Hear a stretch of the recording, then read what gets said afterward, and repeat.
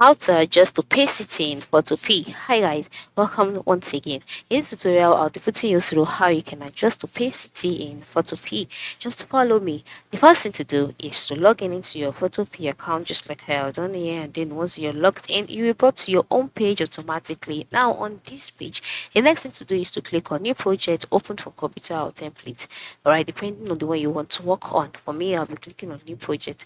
And then once I've selected new project, I can decide to work with template, or you can just create and you can start by creating a project from the scratch.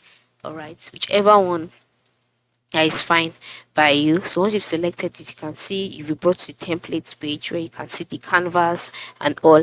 And then the next step to take is to move to the left side of the screen, sorry, the right side of the screen, where you can see another section entirely where you see the option history, swatches, color, and then you see some icons here. And then below you would see layers, channels, path. Under it you see normal.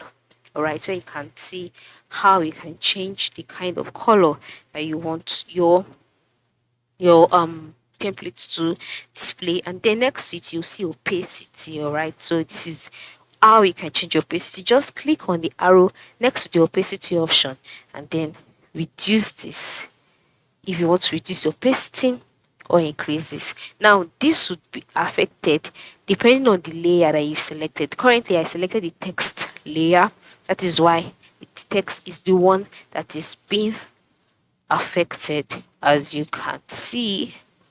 All right, just adjust the opacity that way. But if it's background, just select the background as well, go to the opacity, and you can now edit this or adjust this, as you can see.